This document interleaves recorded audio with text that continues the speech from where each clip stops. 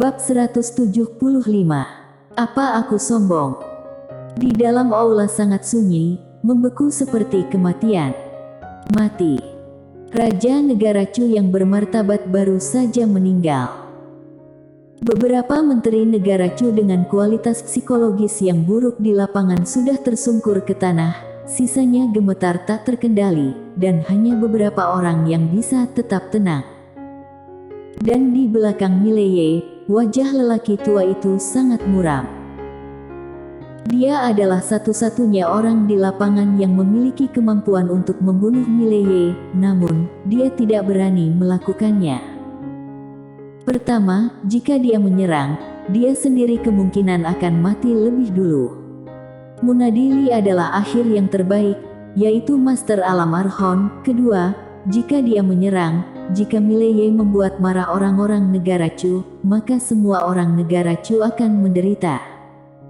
Tidak bisa menyerang. Mata lelaki tua itu perlahan tertutup, dan akhirnya, dia menghela nafas pelan. Sekarang negara Chu adalah daging di piring kerajaan Jiang. Kerajaan Jiang dapat memotongnya sesukanya. Mileye menghadap para menteri negara Chu di bawah, kirim perwakilan keluar. Di lapangan, tidak ada yang berani keluar. Mileye mengangkat bahu, kalau begitu bunuh mereka semua. Mendengar kata-kata Mileye, para menteri negara Chu di lapangan terkejut, dan pada saat ini, seorang lelaki tua bongkok berjalan keluar. Pria tua itu berjalan tidak jauh di depan Mileye, dia menatap langsung ke Mileye, dan tidak ada rasa takut di matanya. Penasehat negara Chu, Stevio Li. Mileye mengangguk, aku punya beberapa syarat, kamu dengarkan perlahan. Setelah mendengarkan, jika kamu tidak setuju, maka tukar untuk diskusi dengan orang lain. Mengatakan itu, ia meletakkan pedang keindahan spiritual di atas meja. Pertama, aku ingin mengambil semua barang di perbendaharaan negara Chu. Kedua, negara Chu perlu memberi ganti rugi kepada kerajaan Jiang 500 juta koin emas setiap tahun. Ketiga, negara Chu memiliki sebuah kota yang sepertinya bernama Beicheng. Kota ini cukup dekat dengan kerajaan Jiang, dan akan menjadi milik kerajaan Jiang di masa depan. Dengan tiga syarat ini, apakah ada masalah? Suara Mileye terdengar, dan wajah menteri negara Chu dan yang lainnya menjadi sangat jelek. Mengambil semua harta di perbendaharaan negara Chu. Ini membuat negara Chu menjadi negara miskin. Selain itu, negara Chu perlu mengkompensasi 500 juta koin emas setiap tahun. Ini untuk membesarkan negara Chu sebagai domba. Yang terpenting adalah kota Beicheng. Kota ini merupakan kota terbesar kedua di negara Chu, kedua setelah ibu kota kerajaan negara Chu. Selain itu, kota ini memiliki keunggulan geografis alam, dapat menahan kerajaan Jiang dan kerajaan Ning di selatan, dan ada bahaya alam untuk mundur, karena di kedua sisi kota Beicheng ada sungai yang luas. Dan jika kerajaan Jiang mendapatkan kota ini, itu akan mencekik tenggorokan negara Chu. Tubuh Stevio Li yang sudah marah gemetar, dia menatap Mileye, kamu bisa membantai saja negara Chu. Mileye tiba-tiba bangkit dan menendang kepala raja negara Chu hingga ke depan Stevio Li. Dia membungkuk dan menyeringai, hancurkan kamu negara Chu. Kamu pikir aku tidak mau? Kamu pikir aku tidak bisa melakukannya? Tidak menghancurkan negara Chu, karena tidak ingin prajurit kerajaan Jiang terbunuh lebih banyak. Setelah mengatakan itu, dia berjalan ke arah Stevio Li. Juga, tolong ingat satu hal, perang tidak dimulai oleh kerajaan Jiang, tetapi oleh negara Chu. Stevio Li mengepalkan tangannya, tidakkah menurutmu terlalu kejam untuk melakukan ini? Sebuah seringai muncul di sudut mulut Mileye, kejam. Saat negara Chu menyerang kerajaan Jiang, apa kamu datang memberitahu kerajaan Jiang kejam atau tidak kejam? Tidak, tidak akan. Saat negara Chu menyerang kerajaan Jiang, kerajaan Jiang tak terhitung jumlahnya orang akan mati, dan mereka akan mati dengan mengenaskan. Setelah berbicara, dia berbalik dan berjalan kembali ke kursi naga. Aku bukan orang yang banyak bicara, terutama untuk negara Chu. Aku tidak ingin berbicara omong kosong, ya atau tidak, masalah ini hanya satu kalimat. Suara itu terdengar, pedang keindahan spiritual di atas meja di depan Mileye tiba-tiba sedikit bergetar. Lapangan kembali sepi. Mengancam. Ancaman Mileye adalah terang-terangan, tanpa ditutupi. Tubuh Stevioli gemetar karena marah. Janji. Jika dia setuju, vitalitas negara Chu akan sangat rusak, dan dia akan menjadi negara kecil kelas 3. Jika dia tidak setuju, pembunuh di depannya pasti akan memerciki darah di aula.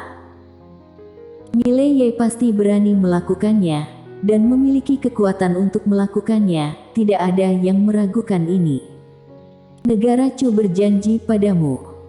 Pada saat ini, sebuah suara tiba-tiba datang dari luar aula. Semua orang menoleh untuk melihat, dan ada seorang wanita berdiri di pintu masuk aula. Wanita itu berusia 20-an, mengenakan gaun bunga istana yang cantik. Melihat wanita itu, semua menteri negara Chu di lapangan memberi hormat satu demi satu. Putri negara Chu, Cerlin Chu. Di bawah perhatian semua orang, Cerlin Chu berjalan perlahan ke Mileye. Dia menatap langsung ke Mileye. 3 syarat barusan, negara Chu terima. Mileye mengangguk. Bawa aku ke perbendaharaan negara Chu. Cerlin Chu berbalik dan pergi. Dengan cara ini, di bawah kepemimpinan Cerlin Chu, Mileye datang ke perbendaharaan negara Chu. Dia menyimpan semu di dalam menara penjara alam tanpa melirik. Dari awal hingga akhir, Cerlin Chu tidak mengatakan sepatah kata pun. Mileye meninggalkan Treasure Trove, dan Cerlin Chu mengikuti perlahan.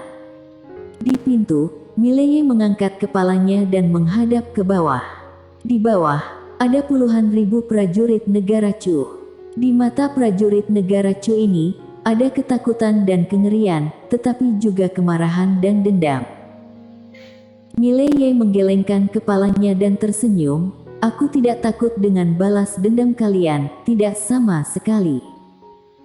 Setelah berbicara, dia berjalan perlahan menuju kejauhan. Pada awalnya, 2 prajurit tidak memberi jalan, tetapi saat berikutnya, kepala kedua prajurit ini terbang keluar.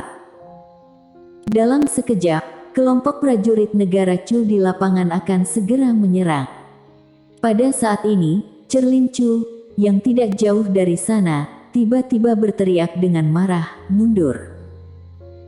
Sekelompok prajurit memandang Cerlin Chu, dan Cerlin Chu melirik para prajurit dengan dingin. "Mundur semua, mereka yang melanggar akan dihukum dibantai seluruh keturunan." Sekelompok prajurit dengan enggan mundur ke kedua sisi, membuka jalan. Mileye berjalan ke kejauhan, tiba-tiba, dia berhenti, dan pada saat ini, pedang tiba-tiba menyentuh alis Cerlin Chu. Cerlin Chu tanpa ekspresi, dan tidak ada fluktuasi di matanya.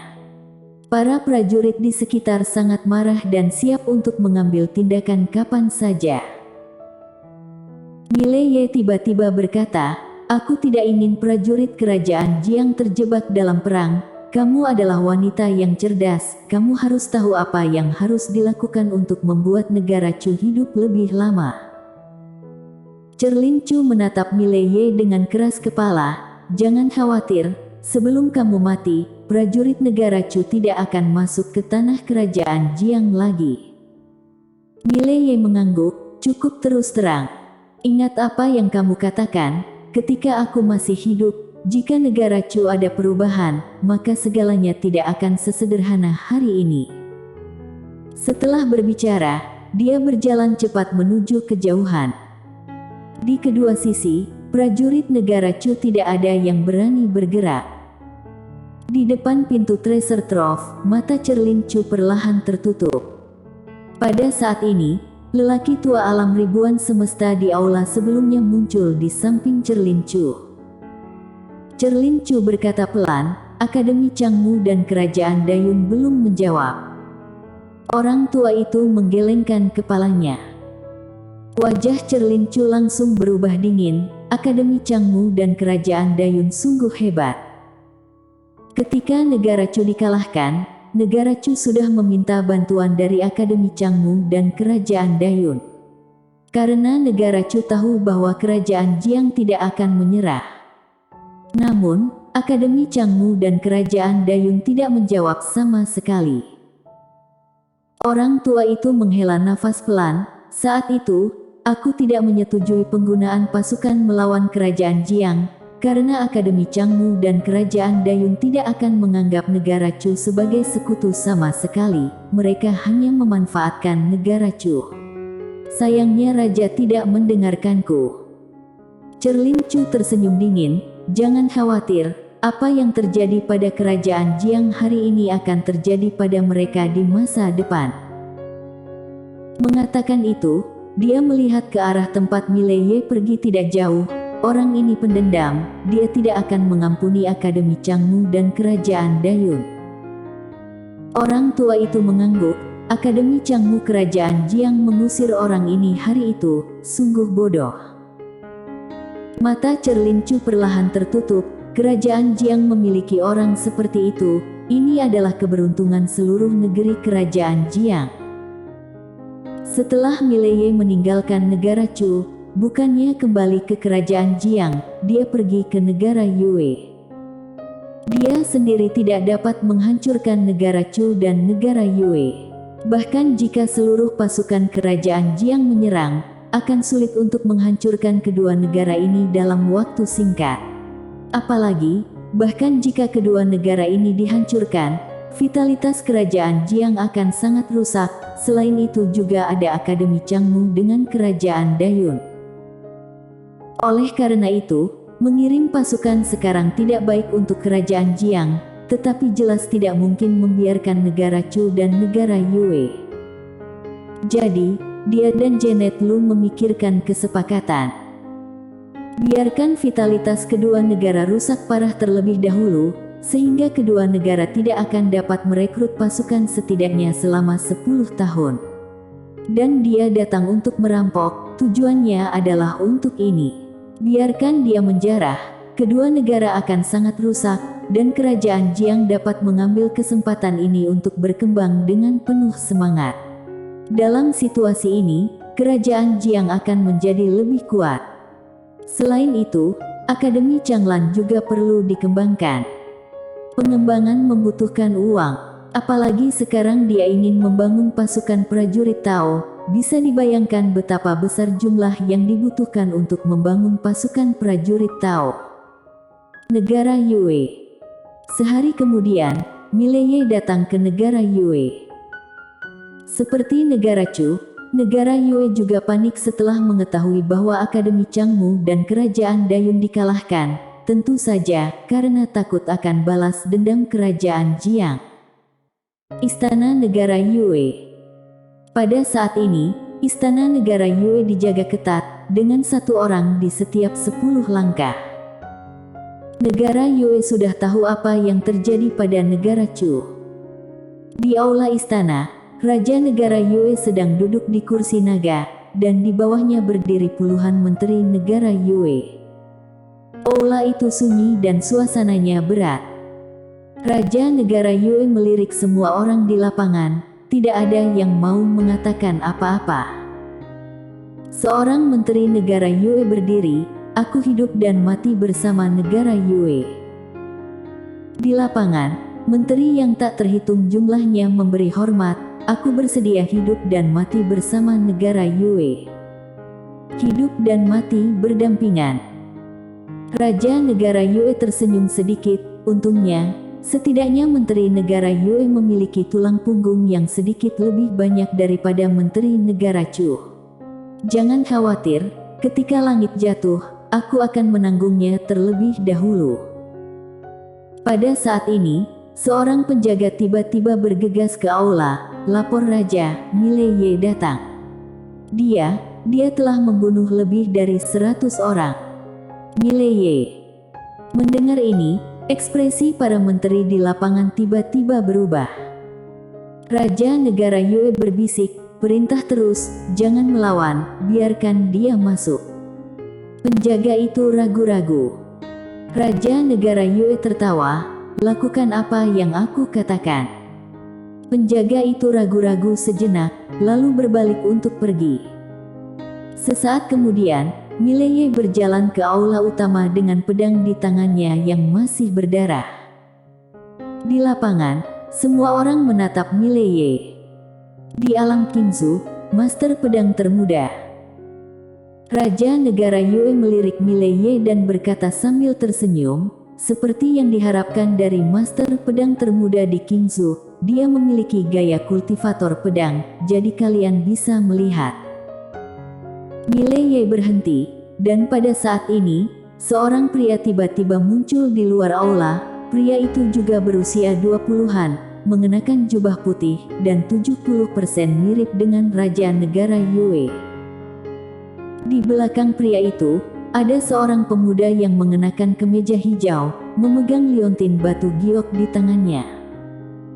Pria berjubah putih itu berjalan ke Raja Negara Yue dan membungkuk dalam-dalam, "Ayah."